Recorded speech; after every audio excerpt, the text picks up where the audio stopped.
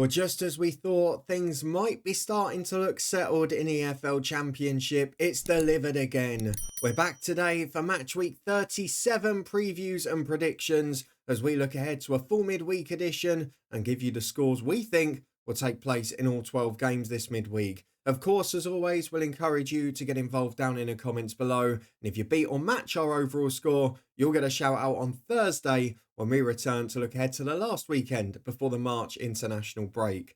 For now, though, as things have got tight at the top and the bottom, before we go and get into Matchweek 37, let's have a look back at the weekend, where I'm frustrated for more than one reason.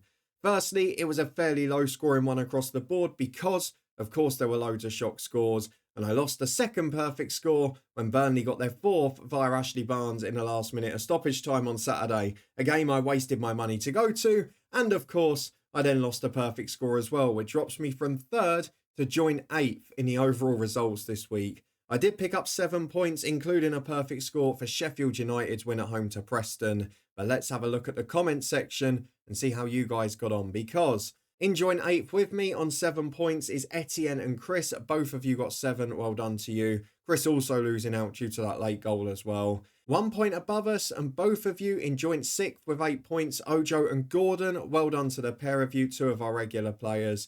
In joint 3rd, where I would have been if it hadn't been for that last second goal, Mick, Brian and Peter on 9 points. And then 2 in double figures. No outlandish scores this week. Marco, runner-up on 10, and regular player Mello, what a performance from you. 11 points given the results we saw this weekend is one hell of a spectacular effort.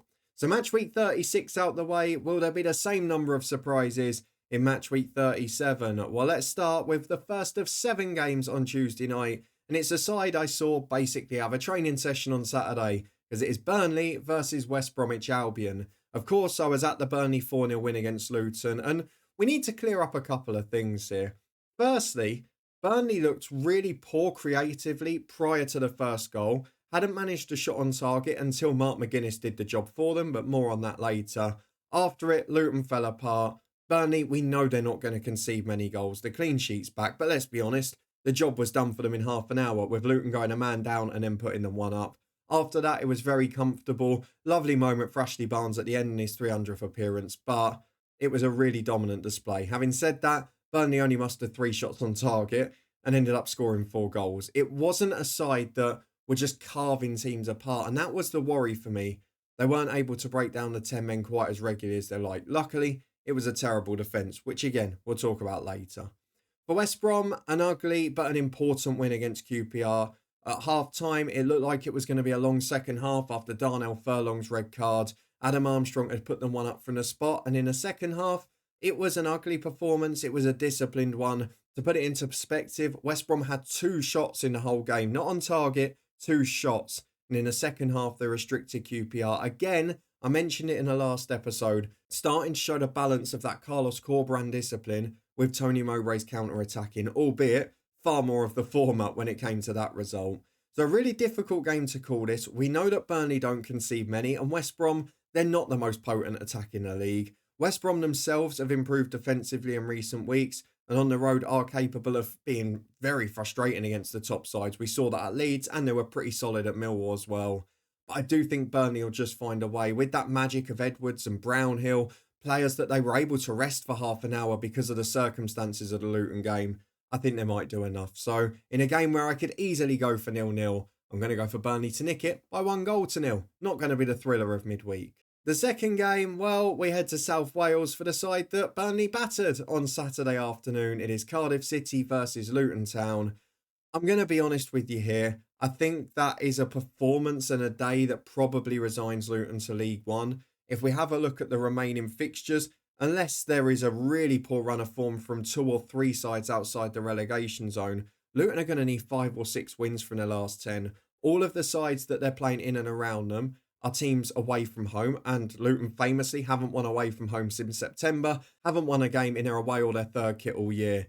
It's a pretty pitiful situation. That 1-0 snuck victory at home to Pompey was uninspiring. The performance at Burnley was pretty poor. Cal Naismith, your most experienced defender bought in January, goes in and slides in like that on a yellow card within 20 minutes. Clearly didn't fancy a trip to Wales in midweek.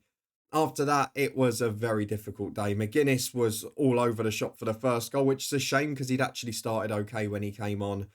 And then it was just another collapse, a little bit of lack of intensity from the warm-up to the match. I could go on a very long rant, but I'm not going to. I'm just going to leave it at that. It is a crucial game, though, and Cardiff are the side directly above the relegation zone. They've had 3 very difficult games in succession in the Cup against Villa, then against Burnley and Sunderland. So they'll be targeting this game as well. Last time they had a home game against a side in and around them, they won 1-0 at home to Hull in an ugly performance. Last time they played another side at the bottom against Plymouth, they managed to get a 1-1 draw. They've picked up points when it's really mattered this year. And Luton Town, again, will be another defender down due to Naismith and have been a little bit of a mess throughout this time since Matt Bloomfield took charge. I maintain it's the wrong decision. I think Cardiff, while not being great, will have enough in this game. Luton will give up chances. Luton will give up goals. And I'm going to go for Cardiff City to win this one by 2-1. And that will plunge Luton into further trouble. The third match is a very big game at both ends of the table. It is 22nd place Derby against 5th place Coventry City. Derby got off to a flyer against Blackburn as John Eustace, well, he got the last laugh in the end, didn't he? He pulled Derby a little bit closer to that safety line. He'll probably be hoping Luton get a result on Tuesday night. They only had 2 shots on target, but they were both in the first 8 minutes. And of course, in the end, it won them the game. They were then gritty defensively and hung on for a crucial, priceless 2-1 victory. For Coventry, 5 wins in a row now since that cup defeat against Ipswich, all by the odd goal, and it looked like they'd blown it against Stoke. We mentioned against Oxford, maybe a little bit of a concern about the defensive side of things, and the same again against Stoke to blow the 2-goal lead. In the 97th minute, they've done what a confident side do. They've found a way, they've managed to finish off with 3 points, and Frank Lampard's wagon keeps rolling on in what was, you have to say, a pretty poor performance overall. If you look at the best chances of the game in the highlights, Stoke had the majority of them in that match. And in the end, it could have been a very different day. So Coventry will need to improve defensively or this run will end soon. I was tempted to go for it in this game, but Derby don't score many goals. And I do wonder if that team talk before the Blackburn game was a one-off. So despite all of my urges telling me to go for the Championship's favourite scoreline, I'm going to go for Coventry to keep the run going just by 2-1 in midweek. But we know from the weekend, there's going to be surprises every match day now. The fourth game is another very tough one to call, and we've probably got the first of a few sides that are just now mid-table contenders with nothing to play for. It is Middlesbrough versus QPR. Borough still chasing the playoffs. They're 5 points away, but a very important defeat away at Swansea, it must be said. A difficult 1-0, another one of those days in front of goal. But this time you can't say that they created loads of chances and missed. They had a lot of the ball and they did very little with it. 1 shot on target all game, didn't create a lot of clear-cut stuff at all. And they only had a few set pieces really as half chances. It was a good defensive display from Swansea, but Borough didn't do enough to open them up. In the end, it was a very frustrating day after back-to-back wins. For QPR, 3 defeats in a row, 2 of them narrowly away from home, and the same at home to Sheffield United. In truth, they've got nothing to play for now. They've had a solid season under Marty Cifuentes. They've got themselves into a stable position. But the one thing they won't want is this season to just peter out. We've mentioned the lack of goal threat, just 2 scored in the last 3 games. But Borough are a side that will give up a couple of chances, will offer an opportunity to them. It's whether they can maybe nick one on the break and make it a difficult night. If QPR score first, it could be difficult for Borough. Famously not great at breaking teams down when there isn't space. But both of these sides are so hard to call in front of goal, complete mixed bags. I'm going to sit on the fence with the Championship's favourite scoreline and give both a frustrating night in a 1-1 draw. The 5th game sees 2 sides that are just about in the outskirts of this playoff race. It is Norwich City versus Sheffield Wednesday, 6 and 7 points away from the playoffs respectively. Sheffield Wednesday got back in touching distance with a huge win away at Plymouth, 3-0, and it must be said a very comfortable day.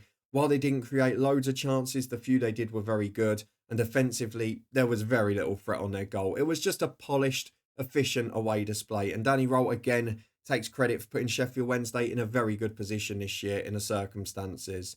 For Norwich, well, they're becoming the Championship's favourite scoreline specialists. A 3rd 1-1 draw in 3 matches. A difficult and disappointing one at home to Oxford United. Josh Sargent did get a goal and they did dominate the game, but they're just not putting them away. At the other end, they do look like conceding every match. They didn't give up a lot against Oxford, but they're just poor at the back, unfortunately. They've conceded 49 goals this season, and only Watford have a worse record in the top 12. That means that they're probably going to miss out on the playoffs as a result of it. They've got to start taking their chances, though, and I don't know if they will here. We know Sheffield Wednesday have got a lot of pace and quality out wide on the break, and while they've not been the best at the back themselves recently, I do think they're going to find a way to win this. If anything, bar the Burnley game, they've been better on the road in recent weeks.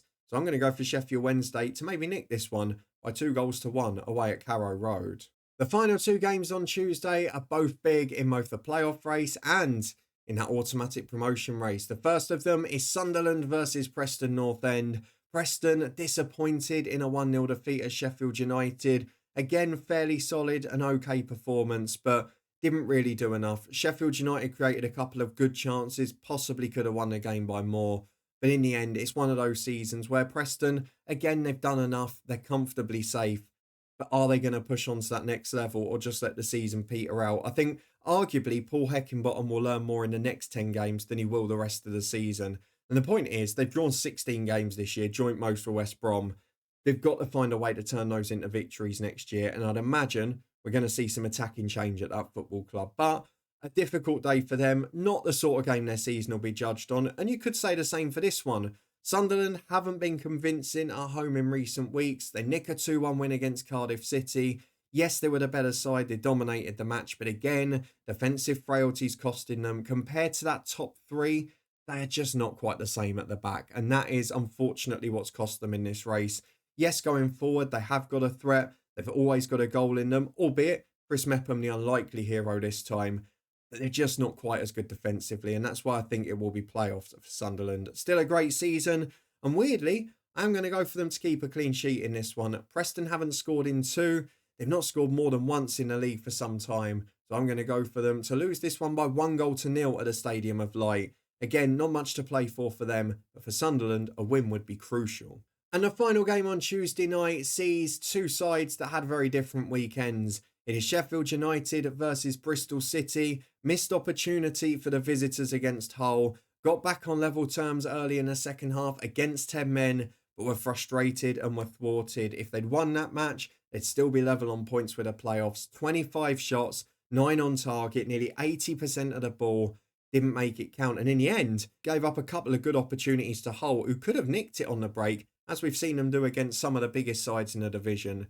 Bristol City looking better. They keep that little unbeaten run going, but you've got to say that's the sort of game they need to be winning. And unfortunately, it might be the sort of result that cost them the playoffs. For Sheffield United, they're doing the very opposite. Their last 3 wins against Preston, QPR and Luton, particularly the Luton and Preston games, weren't fantastic. They're just efficient. They're finding a way to get it done. They're winning so many games by the odd goal, and it shows no sign of relenting. They did do better with the ball in this game. They did create a little bit more and maybe should have scored another couple of goals, but it was another important win. They're level on points at the top now after Leeds dropped some on Sunday. And to be fair to them, they look like they've got a great chance at automatic promotion. So you've got to give them huge credit for what they've done. But Bristol City are a tough nut to crack. They're unbeaten in 5. Their only defeat was that poor home one against Swansea. They've been brilliant in the last couple of months otherwise. So I'm going to go for them to nick a point here because Sheffield United haven't been brilliant and Bristol City are hard to break down. I'm going to go for the Championship's favourite scoreline and sit on the fence with a 1-1 draw. And then we've got 5 games to follow on Wednesday night, and we start with a big one on the outskirts of the relegation battle. It is Hull City versus Oxford United. A crucial point for both, you have to say, in the end this weekend, especially given what happened in the other games. Hull's point at Bristol City made equally impressive by playing 75 minutes with 10 men. Yes, João Pedro, not quite sure what he's doing. Maybe got a bit excited after scoring. But defensively, Hull City, they clung on well. It's the sort of style and game that suits Ruben Selles. And on the break, as I mentioned a minute ago, they could have nicked it in the end, created a couple of good chances. But 4 points out of that week and beating Plymouth at home, a great week for them to put them 5 points clear. For Oxford United, the away woes continue, but they'll be pleased with a point at Norwich. Stop the little rot, which is crucial for them. And in a game where you've got to say they were second best throughout, had very little of the ball, they managed to make it count. Might even end up being a battle of who's most fatigued in midweek because both sides only had just over 20% of the ball. Both sides had their goal peppered on Saturday. Which one is going to survive it the strongest? Oxford have not won in some time. They've got very little goal threat at the minute. And Hull do love a low-scoring victory when it comes to the bottom sides in the division. I'm going to go for Oxford's winless run to continue. And I'm going to go for Hull City to nick a crucial win. That will put them to 40 points and above Oxford in the table. I'm going to go ugly. I'm going to go low again. I'm going for 1-0 to Hull City. As we head to the other end of the table and, well, just about the table toppers as Leeds United host Millwall. It looked like Leeds might be finally running away, but a frustrating day against West Brom was followed by a very disappointing one at Fratton Park. The Sunday lunchtime game I've just watched before recording this.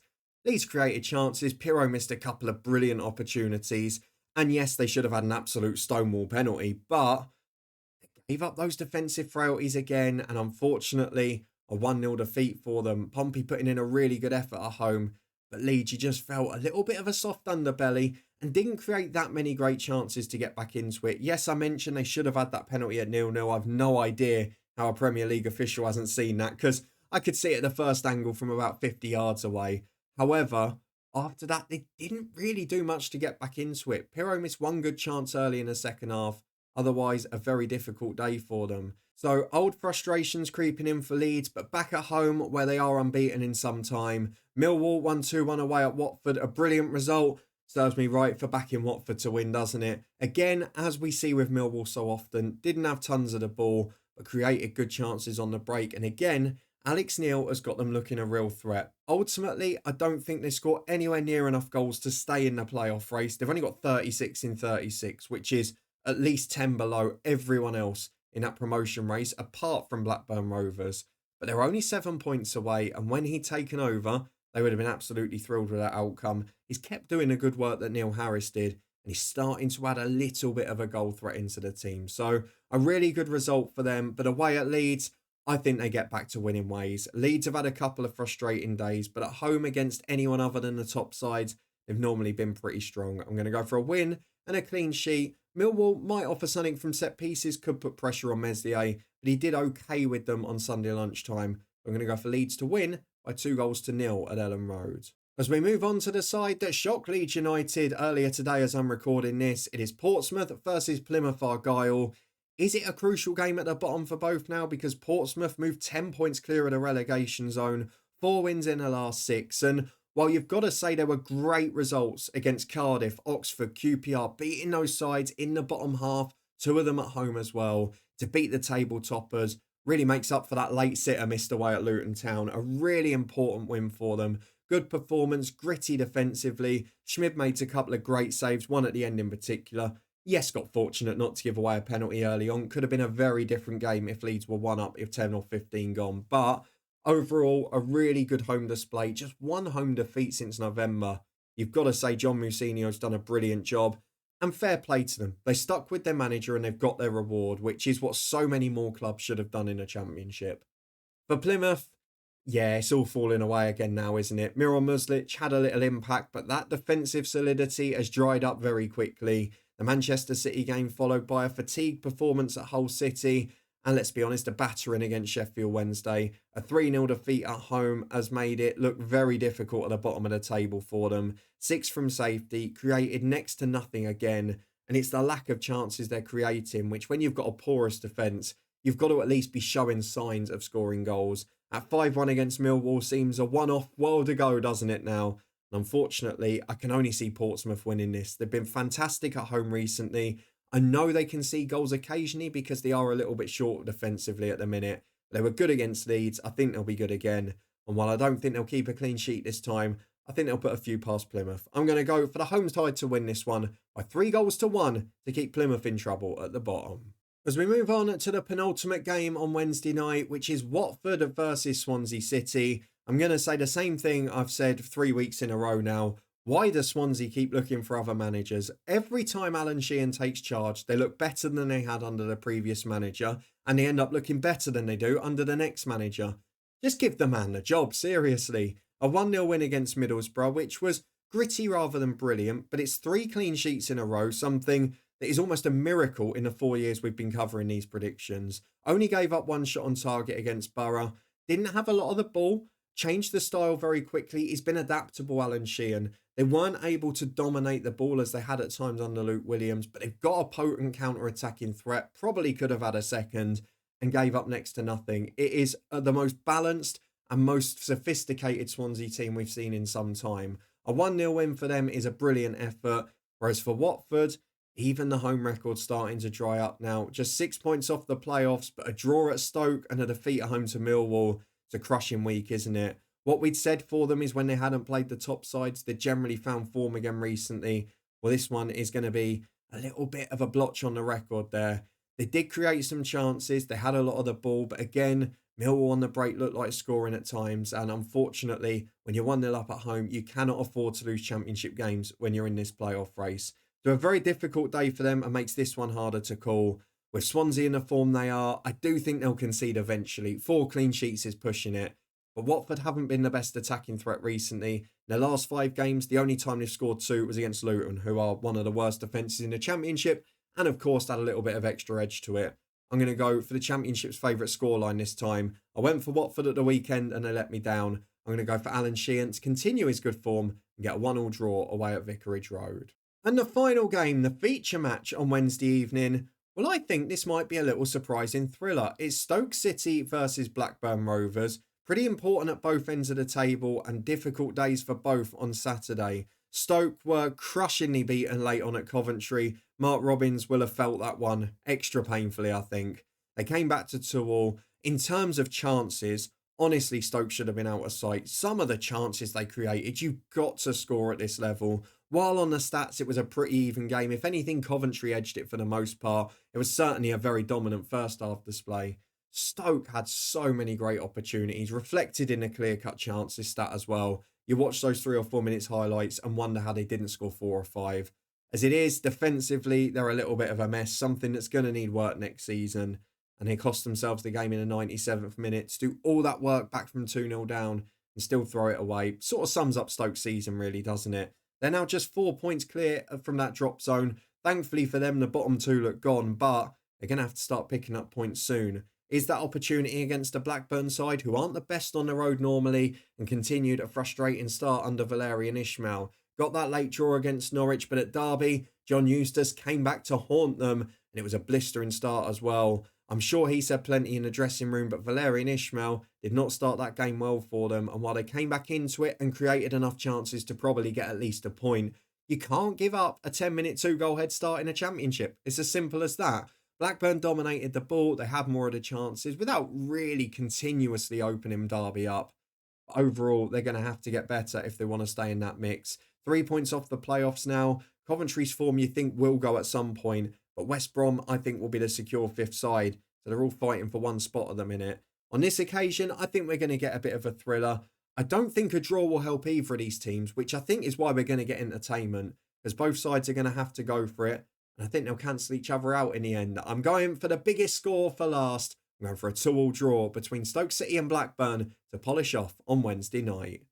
So with that out the way, let's have a quick recap of what I've gone for in Matchweek 37. As you just saw, my thriller is at the end, but I've gone for a comfortable home win for Portsmouth to plunge Plymouth into further trouble. The same for Luton Town, who I think will lose at Cardiff, creating a bit of distance from the relegation zone. But can Derby County stop that run from Coventry City? If they don't, I think the bottom 3 could look pretty adrift after this midweek action. Let me know what you think down in the comments though. Do you agree or disagree with what I've gone for in Matchweek 37? Do you also think Sheffield United will be the big losers in the top 4, or do you think I'm completely wrong? Let us know. Give us your predictions, and if you beat or match my overall score, you will get a shout out on Thursday when we look ahead to Matchweek 38, the final one before the international break. If you're going to a game in midweek, I hope you enjoy it. Hopefully not too much if you're a Cardiff fan, but I think unfortunately you've got a pretty good chance of doing so. Subscribe and turn that notification bell on if you haven't already to stay up to date with matchday predictions every single week from the Championship.